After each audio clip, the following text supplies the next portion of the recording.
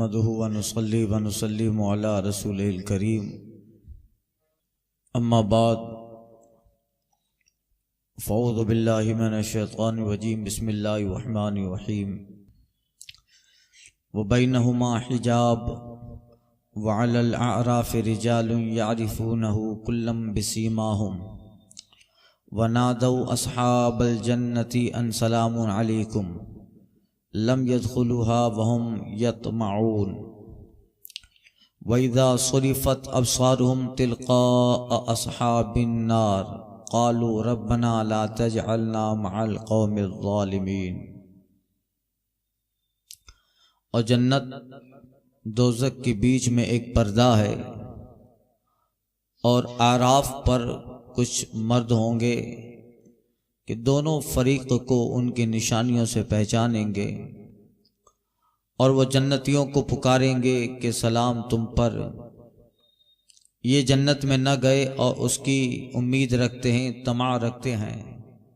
और जब उनकी आंखें दोज़खियों की तरफ फिरेंगी कहेंगे ऐ हमारे रब हमें जालिमों के साथ न कर। पिछली आयत पाक में जो अहले जन्नत और अहले दोज़ख के दरमियान गुफ्तगू हुई उसका जिक्र था। अब उस जमात का जिक्र है, उस गुफ्तगू का जिक्र है जो इन दोनों जमातों से एक तीसरी जमात की जो गुफ्तगू हुई। इस सूरा का नाम सूरे आराफ है। मैंने शुरू सूरत में अर्ज किया था, इसी वजह से इसमें आराफ का जिक्र है, तो उसी मुनासिबत से इस सूरत का नाम सूरे आराफ है। और जिन सूरतों के नाम, जो भी नाम है जो सूरतों के, उन सूरतों में जो बयान होता है उस बयान की निस्बत से उस सूरा का नाम हो जाता है। सूरे नमल है एक आयत, सूरा चूंटी का जिक्र है हजरत सुलेमान अलैहिस्सलाम के वाक़ये का। हालांकि और भी उसमें बहुत सारे बयानात हैं, मगर एक अहम वाक़या है, एक मेन मजमून है, तो उस वजह से सूरा का नाम सूरे नमल हुआ। सूरे निसा औरतों की सूरत, तो चूंकि औरतों के ताल्लुक से उसमें काफी जिक्र है और हजरत मरियम का भी और इंसान की इज़्दिवाजी जिंदगी, कपल लाइफ, दाम्पत्य जीवन, इसके ताल्लुक से उसका जिक्र है, तो उसका नाम सूरे निसा हुआ। हजरत यूसुफ अलैहिस्सलाम का किस्सा बयान हुआ है तो उसका नाम सूरे यूसुफ हुआ। इब्राहिम अलैहिस्सलाम का बयान हुआ तो सूरे इब्राहिम हुआ। बनी इसराइल का जिक्र हुआ तो सूरे बनी इसराइल हुआ। गाय का जिक्र है उस सूरा में तो उसका नाम सूरे बकरा हुआ। गाय की सूरत एक अहम टॉपिक की वजह से उसका नाम उसकी मुनासिबत से हो जाता है। चूंकि इसमें बहुत सारे बयानात अभी गुजर चुके, अभी आने वाले हैं, मगर एक मेन इसमें बयान है आराफ का। तो आराफ अपनी हकीकत के एतबार से एक रहस्य है और एक मकाम भी है, उसमें असरार भी है और एक जगह भी है, और उसका एक अलग से जिक्र है अहादीस के अंदर भी। तो इस मुनासिबत से इस सूरा का नाम सूरे आराफ है। सुनिए,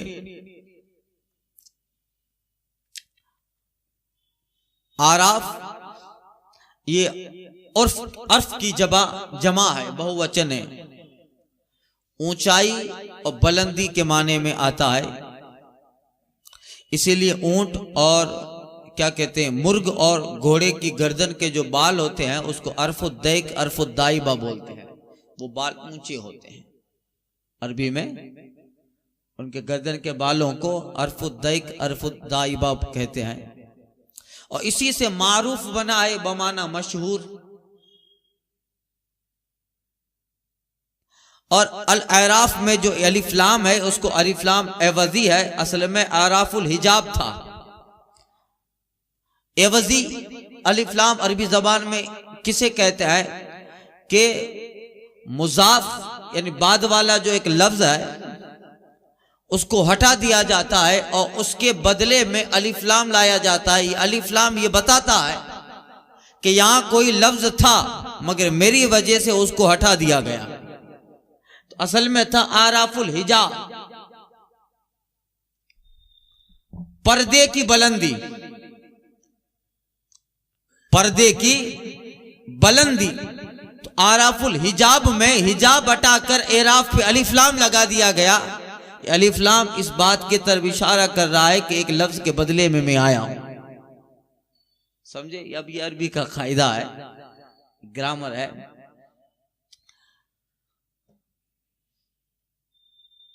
अब एराफुल हिजाब का मतलब हुआ पर्दे की बुलंदी। और असल में उसी हिजाब की बुलंदी का नाम है आराफ, जो जन्नत और दोज़ख के दरमियान एक बुलंदी है। जन्नत और दोज़ख उसके दरमियान एक बुलंद जगह है जिसका नाम एराफ है।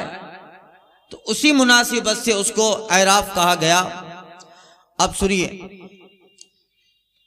बैनहुमा हिजाब, जन्नत और दोज़ख के बीच में एक आड़ है, उसी आड़ का नाम मकाम एराफ है। अब वो आड़ कैसी है? तो यहां अल्लाह ताला ने हिजाब का लफ्ज इस्तेमाल फरमाया। आड़ वो एक मजबूत आड़ है जन्नती और दोज़खियों के दरमियान, उसकी हकीकत मालूम नहीं है। एक जगह इरशाद फज़रबा बैनहुम बिसूइन लहू बाबुन बातिनु फी रहमा व ज़ाहिरु मिन क़िबलिहिल अज़ाब। इससे मालूम हुआ कि जन्नत और दोज़ख के दरमियान एक दीवार हाइल है जो मजबूत है। अब ये किस चीज की दीवार है ये तो इंशाल्लाह जब जाएंगे तब देख लेंगे। मगर एक दीवार है, बहुत सारी दीवारें ऐसी हैं जो दिखती नहीं है। खारी और मीठे समंदर के बीच में भी अल्लाह ने आड़ बनाई है जो दोनों पानियों को एक दूसरे से मिलने नहीं देती। अब उस आड़ की खबर नहीं है कि वो दीवार कैसी है, मगर कुरान में जिक्र है बैनहुमा बरज़खुन ला यबग़ियान, इन दोनों के दरमियान बैरियर है, डिवाइडर है। बैनहुमा बरज़ख, एक दीवार है जो उन दोनों को मिलने नहीं देती। इसी तरह जन्नती और दोज़खियों के दरमियान, या यूं कहो कि जन्नत और दोज़ख के दरमियान एक दीवार, एक आड़, मजबूत आड़ है जो इन दोनों के बीच में है। उस पे कुछ लोग होंगे।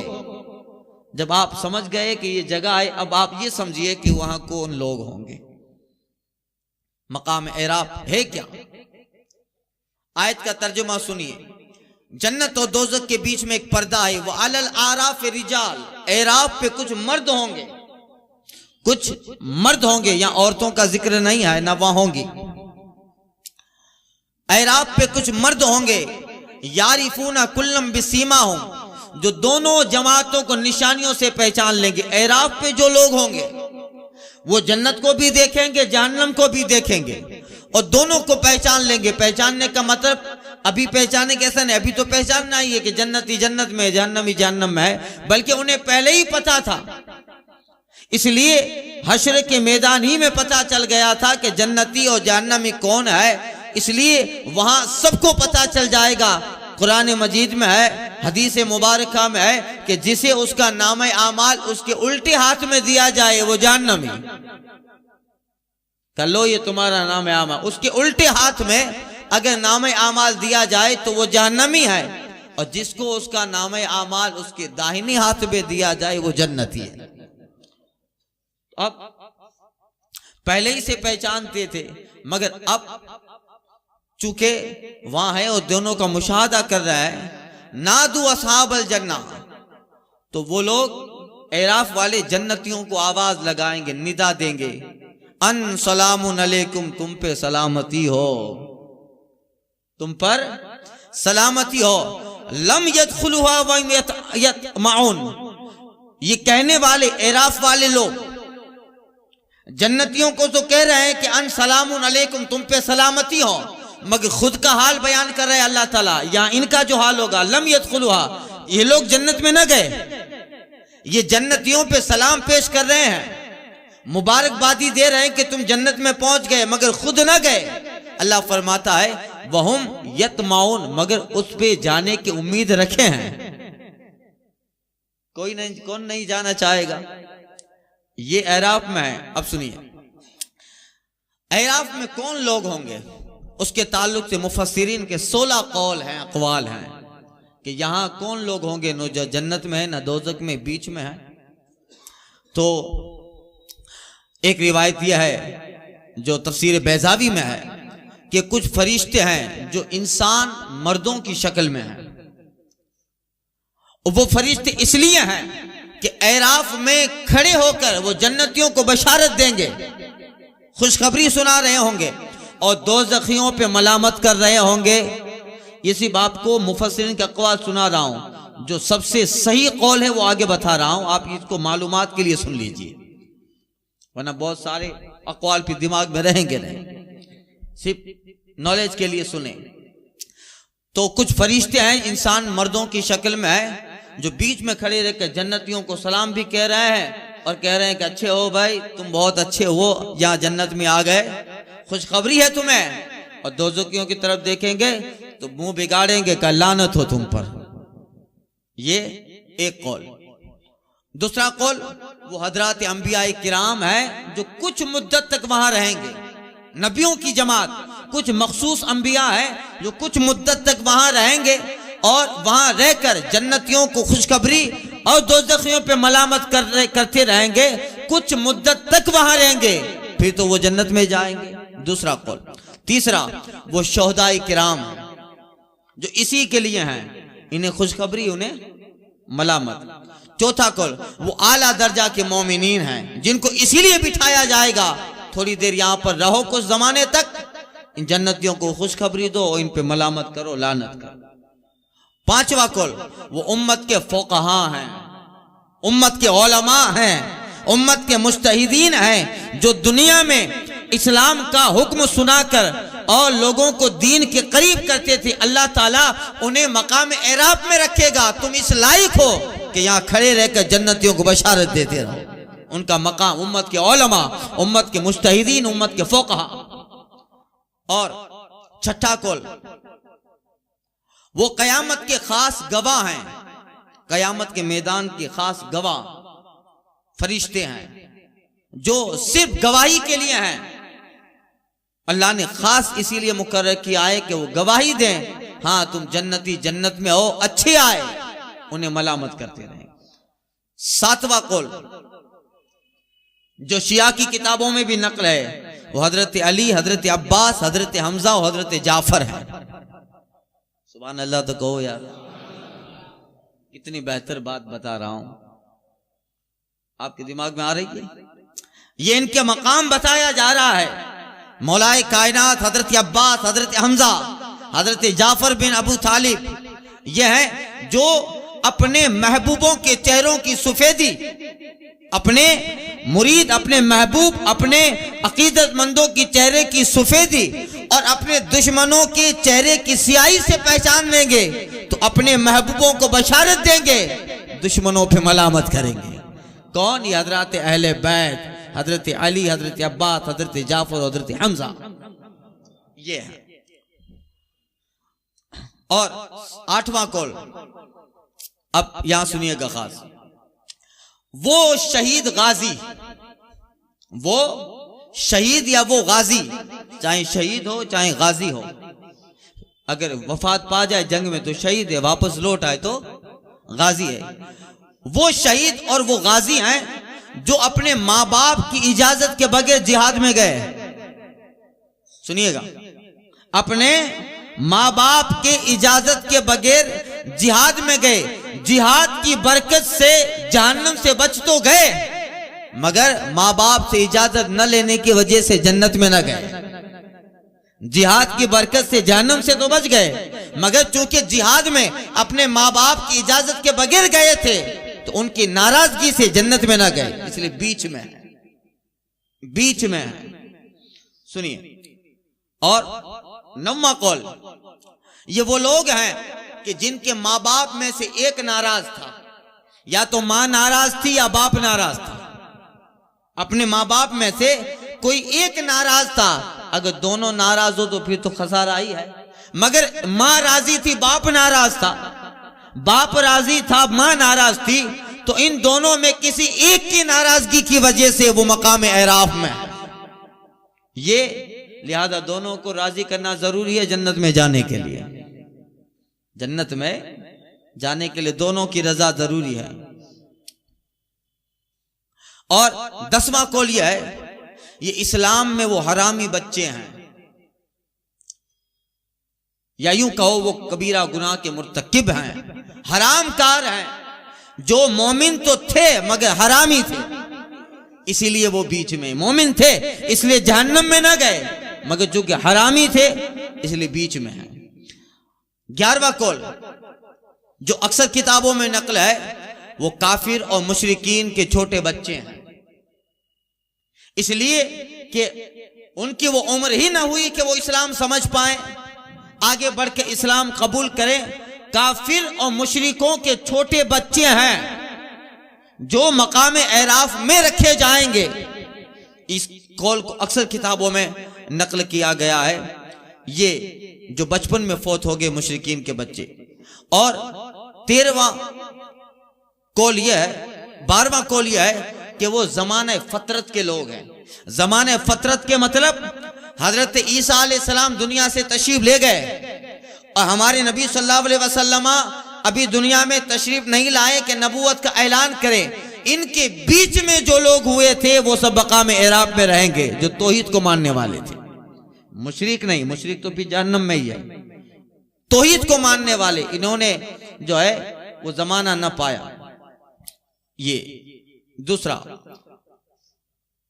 13वां कौल यह है कि ये वो मोमिनीन हैं, ये लोग वो मोमिनीन हैं जिन्हें दुनिया में कोई तकलीफ ना हुई, दुनिया में कोई तकलीफ ना हुई, हमेशा आला किस्म के साथ रहे, खाना पीना दौलत, कभी कोई तकलीफ ना हुई। अगर तकलीफ होती तो गुनाह सगीरा खत्म हो जाते। तकलीफ गुनाह सगीरा को मिटा देती है। मोमिन को कांटा भी लगता है तो गुनाह मिट जाता है। मोमिन को अगर कांटा भी लगा तो उसके गुनाह सगाइर खत्म हो जाते हैं, कबीरा नहीं। जनाकारी और सूद ब्याज ये तो कबीरा गुनाह, शराब सगीरा गुनाह, छोटे छोटा गुनाह, कभी बेहतियाती से कोई बात कर ली, और बहुत सारे ऐसे सगीरा गुनाह है, बेहतियाती, दिमाग न रहा, ध्यान न रहा, और छोटे छोटे गुनाह कर लिए या उसका आदी बन गया। तो वो मोमिनीन जो दुनिया में हमेशा आराम में रहे, तकलीफ आई नहीं कि तकलीफ आती तो सगीरा गुनाह मिट जाते, और जन्नत में जाने के लिए मुकम्मल गुनाहों से पाक होना जरूरी है, तो उनका मिटाई नहीं गुनाह, इसलिए वो मकाम एराफ में रहेंगे। और 14 नंबर का कौल, ये वो कबीरा गुनाह वाले मुसलमान हैं जो जना भी करते थे, शराब भी पीते थे, जुआ भी खेलते थे। कबीरा गुनाह वाले मुसलमान हैं जो बगैर तौबा के मर गए। अगर तौबा करते अल्लाह कबाइर माफ कर देता, मगर कबीरा गुनाहों में फंसे थे, झूठ की आदी थे, शराब जनाकारी बड़े बड़े गुनाहों के आदी थे, और वक्त मिला ही नहीं कि तौबा करे। ऐसे लोग मकाम एराफ में रहेंगे, ऐसे लोग मकाम एराफ में रहेंगे। 15वां कौल जो सबसे अहम है और इसी को उलमा ने बयान किया है, 15वां कौल, ये वो लोग हैं जिनके नेक और बुरे आमाल बराबर हैं, न बुराई का पल्ला ज्यादा भारी है न नेकी का।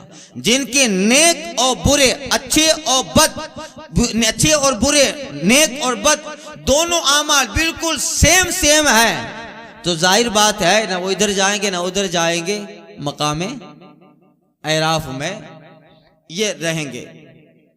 और 16वां कौल जो तफसीर रूहुल बयान और रूह तफसीर मानी में है, वो ये है कि तकब्बुर करने वाले मोमिनीन, मोमिन तो है मगर तकब्बुर करने वाला, गुरूर और घमंड वाला, वो मकाम एराफ में रहेगा। ये जितने कौल पेश किए उसे आप यूं समझ लीजिए कि इन लोगों का ठिकाना मकाम एराफ में दायमी नहीं होगा।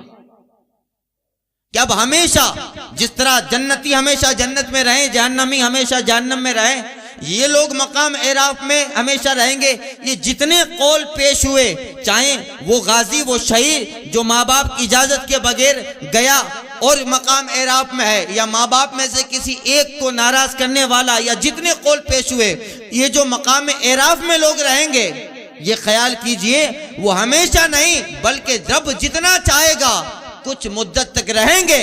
बाद में ये लोग जन्नत के दरवाजे के पास एक नहर जारी है, उस नहर में उनको गोता दिया जाएगा और ये भी जन्नत में दाखिल हो जाएंगे। आखिरी आयत में उसका जिक्र आ रहा है अगली आयत करीमा में। तो अब मकाम एराफ, आप 15वां कौल दिमाग में रखिए, वो लोग जिनके नेक और बुरे दोनों आमाल बराबर हैं। अब ये लोग हैं नादौ अस्हाबल जन्ना अन सलामुन अलैकुम। अब वो एराफ में जो लोग होंगे वो उनकी निशानियां पहचान कर, जन्नती दोज़ख के दोनों की निशानियां पहचान कर कहेंगे नादौ अस्हाबल जन्ना, वो जन्नतियों को निदा देंगे अन सलामुन अलैकुम कि तुम पे सलामती हो। और लम यदखुलूहा, अभी तक ये लोग दाखिल न हुए, वहुम यतमऊन, और ये वहां जाने की उम्मीद कर रहे हैं। व इज़ा सुरिफत अब्सारुहुम तिलका अस्हाबिन नार, और जब उनकी आंखें दोज़खियों की तरफ फिरेंगी। देखिए यहां सुरीफत आया, यानी ना चाहते हुए भी देखेंगे, दिल से नहीं देखेंगे, देखना ही नहीं चाहेंगे, वो ऐसी सख्त है, मगर बात दिले नाखास्ता देखेंगे। वैदा सुरीफत अब्सारुहुम, और जब उनकी निगाह जहन्नमियों की तरफ जाएगी वो देख कर डर जाएंगे और फौरन कहेंगे रब्बना ला तजअलना माल कौमिज़ ज़ालिमीन, ऐ रब हम तो बीच में हैं मगर जब भी तू फैसला फरमाए जालिमों के साथ मत रखना। इसलिए जन्नत में जाने की आरज़ू करेंगे, वहां तो देखेंगे तो वो खतरनाक है वो दोज़ख, तो जब वहां देखेंगे आग का भड़काव है और अजाब पे अजाब है, देखकर डर जाएंगे और कहेंगे मौला हमें जन्नत में जाने की उम्मीद तो है, रब्बना ला तजअलना माल कौमिज़ ज़ालिमीन, मगर मौला तू जब भी फैसला फरमाए ऐसा फरमा कि हमें इनके साथ मत रखना, ये तो खतरनाक चीज है। ला तजअलना माल कौमिज़ ज़ालिमीन, तो ये एराफ वाले हैं। अब उनका वहां कयाम जो है आजी है। फिर जन्नत के दरवाजे पे नहर हयात जिसको कहा जाता है, नहर हयात में उन्हें गोता दिया जाए, जब तक रब चाहेगा वहां रहेंगे। फिर नहर हयात में गोता दिया जाएगा जिससे ये लोग बहुत हसीन और जमील धुलकर साफ हो जाएंगे और फरिश्ता इज्जत के साथ उन्हें जन्नत में अपना मकाम दिखाएगा। मगर कुछ समय तक रहना तो है। अब जन्नतियों से पूछो तो उनके लिए एराफ दोज़ख है, और दोज़खियों से पूछो तो उनके लिए एराफ जन्नत है। अल्लामा सादी कहते हैं हुराने बाइश्तरा दोज़ख बूद एराफ, हुराने बाइश्तरा दोज़ख बूद एराफ अज दोज़खियारा पुछ के एराफ बहिश्ता। अल्लामा सादी कहते हैं जन्नत की हूर को अगर कहो तो जन्नत की हूर के लिए एराफ ये दोज़ख है। इतनी बड़ी नेमत जन्नत में एराफ दोज़ख ही लगेगा ना वहां जन्नत का मजा है और जो है उनके लिए। तो अल्लामा सादी कहते हैं हुराने बहिश्तरा दोज़ख बूद एराफ, जन्नत की हूरों के लिए तो एराफ ही दोज़ख है। वह अज दोज़खियारा पुरस, और जरा जहन्नमियों से पूछ के एराफ बहिश्त, उनके लिए तो एराफ ही जन्नत है, उनके लिए एराफ ही बहुत बड़ी जन्नत है। अब ये है बाद लोग जो है समझते हैं कि ये बीच वाली जगह तो यही बैनहुमा हिजाब, जन्नत और दोज़ख के दरमियान ये एराफ आड़ है और कुछ मुद्दत तक ये मामला रहेगा। फिर उन लोगों को भी, और यहाँ कौन लोग होंगे? मोमिन ही होंगे। जितने भी कौल जिक्र हुए सब मोमिनीन हैं। मुतकब्बिर मोमिन, माँ बाप का नाफरमान मोमिन तो है ही, इसलिए कि जो मोमिन नहीं है उसके लिए तो एराफ नहीं है, उसके लिए तो जहन्नम में खालिदीन फिया अबदा, हमेशा उसमें रहना है। एराफ नहीं है, एराफ तो इन बीच वालों के लिए है। रब जब तक चाहे रहेंगे, बाद में उन्हें भी जन्नत में जाना है। फिर एराफ खत्म, फिर आड़ तो कुछ मुद्दत तक रहेगा। सुनिए, वनादा असहाबुल एराफ रिजाला, और एराफ वाले कुछ मर्दों को पुकारेंगे। अब गुफ्तगू होगी आमने सामने, कुछ मुद्दत तक रहेगा, गुफ्तगू आमने सामने होगी। कुछ लोग कहते हैं कि जब इतना बीच में है तो हदीसों में तो आया है कि जन्नत की खुशबू तो 500 साल के रास्ते से महसूस होगी और जहन्नम की लपेट 500 साल के रास्ते से उसकी गर्मी महसूस हो। तो जन्नती है, जहन्नमी है, बीच में आराफ है, तो क्या उधर वाली खुशबू इधर नहीं आएगी? और इधर जन्नत की लपेट दोज़ख की लपेट जन्नत में नहीं जाएगी? जब 500 साल से उसका एहसास हो सकता है तो यहां तो करीब है। तो सुनो, ये गुफ्तगू होगी। अल्लाह ताला कुदरतों का मालिक है। मुफस्सिरीन फरमाते हैं बेशक जो रसूलुल्लाह सल्लल्लाहु अलैहि वसल्लम ने फरमाया वो हक है, मगर अल्लाह ताला सिर्फ उन दोनों के दरमियान जो गुफ्तगू होगी, अल्लाह ताला सिर्फ आवाज पहुंचाएगा, यहाँ की बदबू वहां नहीं जाए और जन्नत की खुशबू यहाँ नहीं आएगी। इसलिए कि हदीस पाक में आया है कि काफिर के लिए जन्नत की खुशबू हराम है, चाहे जन्नत के करीब से ही गुजर जाए, उसे जहन्नम की लपेट में जाना है। जन्नत की खुशबू उसके लिए 500 साल से महसूस हो, मगर उसके लिए जो ईमान वाला है। अजमेर में जन्नती दरवाजा है, ये तो ख्वाजा का करम है। लोगों की कब्रों में जन्नती दरवाजा है, ख्वाजा की कब्र पर जन्नती दरवाजा है। और ये जहां जन्नती दरवाजा है ऐसे नहीं बना है, हकीकत में जन्नती दरवाजा है। उसी जगह बैठकर सरकार गरीब नवाज ने 92 लाख लोगों को कलमा पढ़ाया है।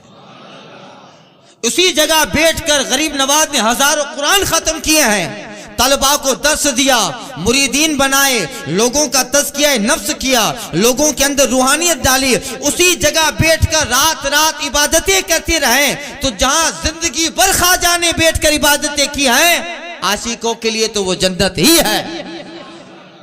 अब ये उन लोगों को समझ में नहीं आए तो हम क्या करें? अगर चमगादड़ की आंख दिन में सूरज को न देखे तो कसूर सूरज का नहीं है, चमगादड़ की आंख का है।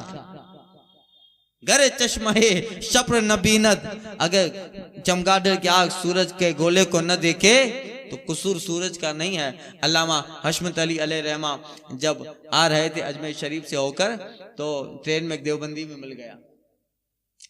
कहा साहब कहां से आ रहे हो? कहा अजमेर गए थे। कहा जन्नती दरवाजे से होके गुजरे? कहा अल्हम्दुलिल्लाह होके गुजरे। तो देवबंदी मौलवी था और कहा थोड़ा आगे चलकर जो है सूंघने लगा। अब उनकी नाक तो कटी होती है। एक मौलाना अल्लामा अरशदुल कादरी का एक वाकया है, एक देवबंदी से मुनाजरा हुआ था, तो उसकी नाक कटी थी थोड़ी और थोड़ा तोतला बोलता था, तो उसकी वजह से नाक कटे होने की वजह से आवाज सही नहीं निकलती थी। देवबंदी की नाक कटी थी। तो जब मुनाजरा हुआ तो अपनी शान बयान करते देवबंदी बोलता है मसनद जरी पे बैठे हैं वहां भी पून पून, यानी बोलता है फूल फूल, हम मसनद जरी पर फूल होके बैठे हैं। तो नाक के प्रॉब्लम की वजह से वो फूल को पून पून बोला। मसनद जरी पर बैठे हैं वहां भी पून पून। अल्लाह माशद कहते हैं नाक काटी है खुदा ने, कान काटेंगे रसूल। नाक काटी है खुदा ने, कान काटेंगे रसूल। ऐसा जवाब दिया, खामोश हो गया। ये जो है यही नाक कटी हुई है। तो अब अल्लामा हुजूर शेर बशाल सुन्नत से वो करीब हुआ और देवबंदी सुनने लगा। आप तो जन्नती दरवाजे से क्या हो? और मिशकात वगैरह में हदीस है कि जन्नत के दरवाजे से जो गुजर जाएगा उसके जिस्म से जन्नत की खुशबू 500 साल के रास्ते से आएगी। आप में तो खुशबू आ नहीं रही है। अल्लामा शेर बशाल सुन्नत कहते हैं यही तो तुम्हारे बेवकूफी है, पूरी हदीस नहीं पढ़ते हो। आगे लिखा है खुशबू का एहसास सिर्फ मोमिन को होगा, काफिर को नहीं। इसलिए तुम्हें एहसास नहीं होगा, ईमान वालों को एहसास होगा। तो पूरी हदीस तो पढ़ते नहीं हो तुम, आगे छोड़ देते हो। तो यही है, ये अल्लाह ताला तो मकाम अर्ज कर रहा था, मकाम एराब जो है तो वहां न दोज़खियों की जो है बदबू वहां तक पहुंचेगी, न जन्नतियों की खुशबू यहां तक, इसलिए कि काफिरों पे जन्नत की खुशबू वो तो अल्हम्दुलिल्लाह अहले ईमान के लिए। अब जो है सुनिए, अब ये लोग अहराफ वाले, नादा असहाबुल अहराफ रिजाला यारिफूनहुम बिसीमाहुम, और अहराफ वाले कुछ मर्दों को पुकारेंगे, अहराफ वाले कुछ मर्दों को पुकारेंगे जिन्हें उनकी निशानी से पहचानते हैं कि हाँ ये दुनिया में और हश्र में भी उसको पहचाना। कालू मा अगना अनकुम जमअकुम वमा कुंतुम तस्तकबिरून, उन जहन्नमियों को, यहाँ तो जन्नतियों को पुकारा अन सलामुन अलैकुम, जन्नतियों से कहा कि तुम पे सलामती हो। अब रुख उन अहराफ वालों का जहन्नमी दोज़खियों की तरफ, जिन्हें ये अहराफ वाले पहचानते होंगे, बड़े बड़े मुतकब्बिरीन। उलमा फरमाते हैं कि जिनसे ये लोग गुफ्तगू करेंगे दोज़खियों से, वो दोज़खी के आम लोग नहीं बल्कि दोज़ख में रहने वाले सरदार, अबू जहल, अबू लहब, उतबा, शेबा, उमैया बिन खल्फ, ये बड़े बड़े पाए के काफिर, सुपरलेटिव डिग्री के काफिर, हाईली क्वालिफाइड काफिर, वो उनको कहेंगे बताओ, वाकया यह है कि कुफार दुनिया में कहते थे, और कुरान मजीद में दूसरे तीसरे पारे में कुछ आयत का शान नुज़ुल भी गुजरा। हजरत बिलाल, सुहैब रूमी, अम्मार बिन यासिर, सलमान फारसी, हजरत खुबैब, हजरत हुज़ैफा, हजरत हंज़ला, ये वो सहाबा जिनके जिस्म पर मुकम्मल कपड़ा भी और बेहतर कपड़ा भी नहीं होता था, गरीब फकीर लोग, कुफार उन्हें देखकर कहते थे कि तुम लोग दुनिया में कमजोर लोग हो, न तुम में ताकत है, न तुम्हारे अंदर तुम्हारे पास दौलत व असबाब हैं, और तुम जिस दीन को इख्तियार किए हुए हो इस्लाम सही नहीं है, इसलिए कि तुम जिस रब को मान रहे हो, अगर उस रब के नजदीक तुम्हारा दीन सही होता तो तुमको तो आला किस्म की नेमत ही देखा, लिहाजा तुमसे रब राजी ने, देखो हमें कितनी दौलत दी, हमसे राजी है। क्या कहते थे, अगर तुमसे राजी होता तो तुम्हें ऐसे ही छोड़ता, तुम्हारी जिस्म पे कपड़ा नहीं है, एक चादर है, उस चादर पे कितनी जगह पेवन लगे हैं, हजरत मुसअब जंग ओहद के अंदर है, देखो एक चादर है, कई पेवन लगे हैं। तो ये गरीब सहाबा, फुकरा मुहाजिरीन, अंसा फुकरा मुहाजिरीन, उन्हें देखकर कुफार कहते थे कि तुम्हारा रब अगर तुमसे राजी होता तो दुनिया में तुम्हें देता, दुनिया में तो गुर्बत कुछ नहीं है, देखिए हमारे पास दौलत है, अंबार है, बंगला है, हमारे पास बड़ी बड़ी इमारतें हैं, और दुनिया का हर ऐशो इशरत हमारे पास है, हमसे रब राजी है तब दे रहा है। बेवकूफ दौलत को हक होने की दलील समझ बैठे, दौलत को हक होने के अगर ऐसा होता तो दुनिया का फिरौन सबसे ज्यादा हक परस्त होता, नमरूद सबसे ज्यादा हक परस्त होता, कारून सबसे ज्यादा हक परस्त होता, कि इतने ज्यादा दौलत का मालिक था, इतना खजाना था, 40 ऊंटों पर तो सिर्फ खजानों की चाबियां लादी जाती थी। कितने? 40 ऊंटों पर खजानों की चाबियां लटकाई जाती थी। बताइए खजाना कैसा होगा। फिरौन ने एक ऐसा बाग बनाया था, आदमी महीनों तक उस बाग में चलता रहे, बाग खत्म ना हो। दौलत तो थी, अगर दौलत होना ही हक होने और हक परस्त की दलील होती तो ये सारे दौलतमंद जो है हक परस्त होते। मगर आज कुरान हदीस और सारी जगहों और ये मुत्तफक है कि वो सब बदतरीन कुफार थे। मगर मदीना मक्का के कुफार ये समझ रहे थे कि हमारे पास दौलत है, देखो हम लोग आन बान शान से है। अब अहराफ वाले कहेंगे अच्छा बिलाल, खुबैब, सुहैब रूमी, सलमान फारसी, इनको देखकर ताना देते थे कि हमारा रब हमसे राजी है तब दौलत दे रहा है। कितनी जमा की थी दौलत, अपने खादिमों के तादाद पर फख्र करते थे, अपनी औलाद की कसरत पर फख्र करते थे, अपने दुनियावी असबाब और माल और तिजारत की मंडियों के ज्यादा होने पे फख्र करते थे और कहते थे तुम्हारा रब तुमसे राजी है। बताओ अगर राजी है तो बिलाल तो जन्नत में टहल रहे हैं, तुम जहन्नम में क्यों हो? खुबैब तो जन्नत में है, सलमान फारसी तो जन्नत में, तुम यहां क्यों आ गए? अब क्या कहेंगे अराफ वाले, सुनो, कालू कहेंगे मा अगना अनकुम जमुकुम वमा कुंतुम तस्तकबिरून। वो अराफ वाले कुछ मर्दों को पुकारेंगे जिन्हें उनकी निशानियों से पहचानते हैं, कहेंगे तुम्हें क्या काम आया तुम्हारा जत्था, दुनिया में जो जमा किया था, क्या काम आया तुम्हारा जत्था। माँ कुंतुम तस्तकबिरून, जिन्हें देखकर गुरूर करते थे, तकब्बुर करते थे, हम सच हैं, हमारे पास दौलत है, ले आओ, आज माल देकर चुरा लो अपने आप को जहन्नम से। जिन बूतों के मोहब्बत में इस्लाम के खिलाफ आस्तीनें चढ़ाई थी और उनको राजी करने के लिए कुरान और पैगंबर इस्लाम के खिलाफ आस्तीनें चढ़ाकर तकब्बुर करते थे, अगर तुम सही होते बचा लो अपने आप को। वमा कुंतुम तस्तकबिरून, जो तुम दुनिया में गुरूर करते थे और जो जत्था जमा किया था, मागना, काम आया, काम आया। जिन्हें तुम गरीब समझते थे वो तो जन्नत में टहल रहा है। जिसके बदन पर एक कपड़ा था जिसमें 17 जगह पर पेबंद लगे थे, आज जरा देख उसको, ऐसा जन्नती जोड़ा पहना है, उसका हीरा टूट कर जमीन पे गिरे तो दुनिया जगमगा जाए। उन्हें देख, कहां गए तुम्हारा खादिम, कहां गए तुम्हारे माल, कहां गई तुम्हारी सवारियां, कुछ काम ना आया।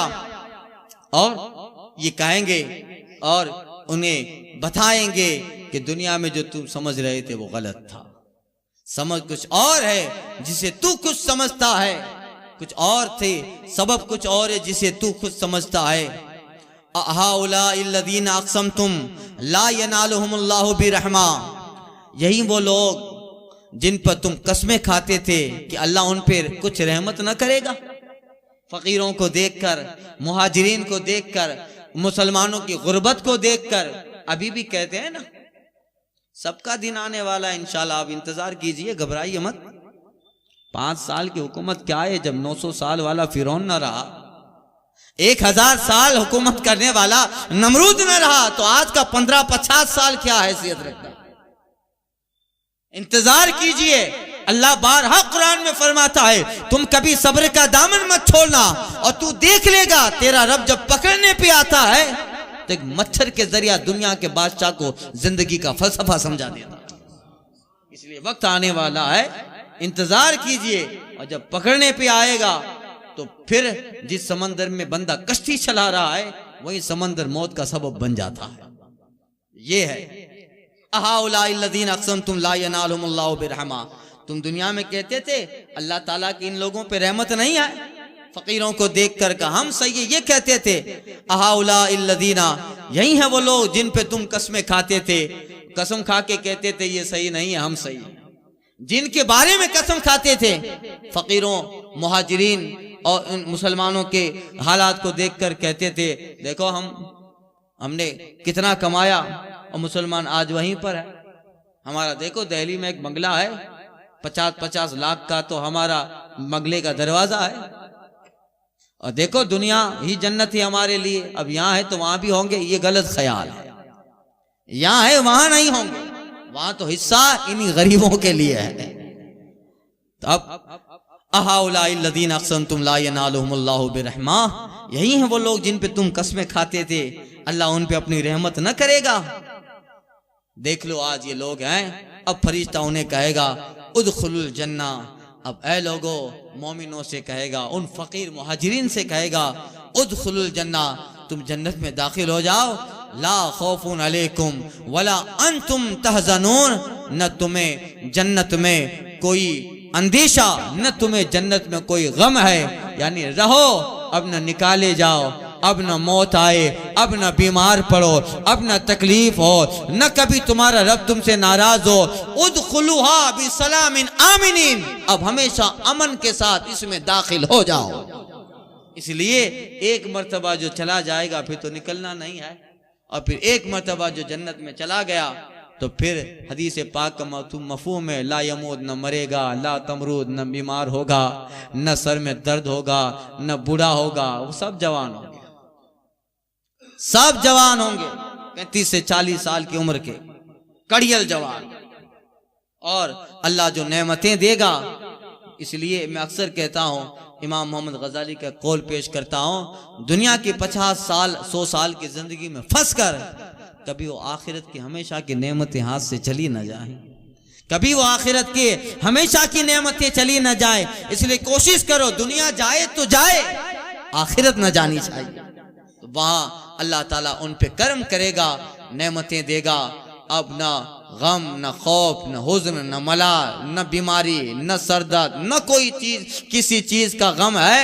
आराम ही आराम है, इतना आराम है, ख्वाहिश करेगा और जन्नत की चीज हाजिर है।